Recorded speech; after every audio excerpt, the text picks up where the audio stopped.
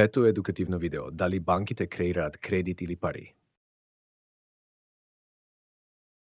Може да слушнете некои луѓе како велат, банките не создаваат пари, тие само создаваат кредит. Оваа изјава често доаѓа од државни службеници и луѓе кои се обидуваат да негираат дека банките сега ја создаваат целата парична понуда на нацијата. Зато да ви покажеме зошто бројките што ги создаваат банките се пари, а не само кредит. Кредитен ризик. Клучната работа за кредитот е тоа што со него доаѓа нешто наречено кредитен ризик. Кредитниот ризик е ризикот дека лицето или компанијата што ви должи пари нема да може да ви ги врати. Ако позајмите 50 фунти на непостојан пријател кој се уште ви должи пари од претходниот пат, тогаш тој заем носи голем кредитен ризик, бидејќи е прилично веројатно дека нема да ви ги врати на време. Така, ако бројките што банките ги додаваат на вашата сметка не се пари, туку само кредит, тогаш мора да има некаков кредитен ризик поврзан со тие пари. Со други зборови, мора да постои ризик дека банката нема да биде во состојба да ви ги врати. И секако, како што видовме со банките Northern Rock, Wachovia и исландските банки, постои голема шанса вашата банка да не може да ви ги врати парите. Всушност, во правна смисла, бројките во вашата банкарска сметка не се пари. Тие се само ветување за исплата од банката. Ветувањето е дека банката или ќе ви даде кеш кога ќе побарате, или електронски ќе направи плаќања на други банки кога ќе побарате. Тоа сугерира дека постои кредитен ризик поврзан со бројките во вашата банкарска сметка, бидејќи банката можеби нема да може да ви ги врати парите. Тоа исто така сугерира дека бројките што банките ги создаваат не се пари, туку кредит. Банката на Англија всушност го следи овој аргумент и ја истакнува разликата помеѓу кешот и парите создадени од банките. Во нивниот четврти квартален билтен за 2010 година тие велат дека белешките на Банката на Англија, тоест кешот во вашиот теб, се форма на централно банкарски пари, што јавноста ги држи без кредитен ризик. Тоа е затоа што Централната банка е поддржана од владата. Интересно. Значи, кешот нема кредитен ризик затоа што е поддржан од Централната банка која е поддржана од владата. Но комерцијалните банки не се поддржани од владата. Тоа имплицира дека бројките што тие ги внесуваат во сметките на луѓето мора да се кредит, а не пари. Но, почекајте малку. Владата има шема наречена Шема за компензација на финансиските услуги, или FSS.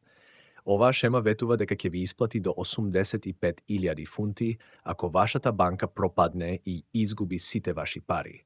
Всушност, може би сте ја виделе оваа шема рекламирана во метрото или на автобусите. Оваа гаранција е замислена да биде финансирана од придонеси кои се собираат од банките.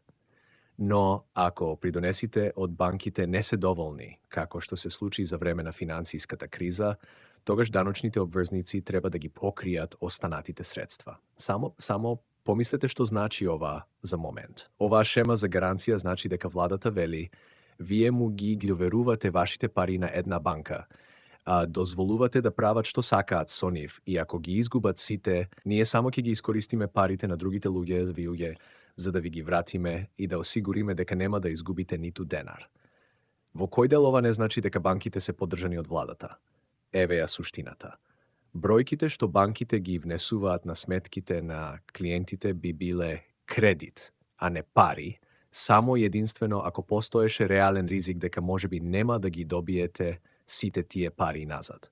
Ако тоа беше случајот, тогаш депозитите во банките, бројките на вашата сметка би биле ризични инвестиции и секој што става пари во банка би требало да прифати дека може да изгуби дел или сите пари.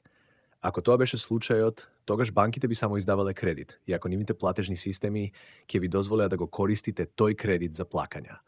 Но бидејќи владата се вклучува и гарантира целиот овој кредит на банките, таа целосно го отстранува целиот ризик.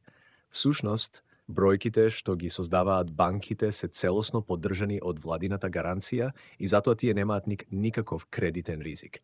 Апсолутно нема разлика во ризикот на банкнота создадена од Банката на Англија и бројка внесена на сметка од некоја комерцијална банка. Затоа, за да резимираме, бројките на вашата сметка се исто толку добри и сигурни како кешот создаден од банката на Англија, бидејќи бројките на вашата банкарска сметка се гарантирани од владата.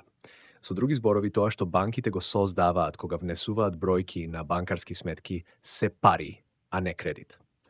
Кога влада се вклучува за да осигура дека нема да изгубите ниту денар, дури ако вашата банка направи нешто глупаво и не може да ви ги врати парите, таа всушност го претвора ризичниот кредит на банката во форма на пари, без ризик, а поддржани со средства од даночните обврзници, но кои владата дозволува приватни компании да ги создаваат од ништо.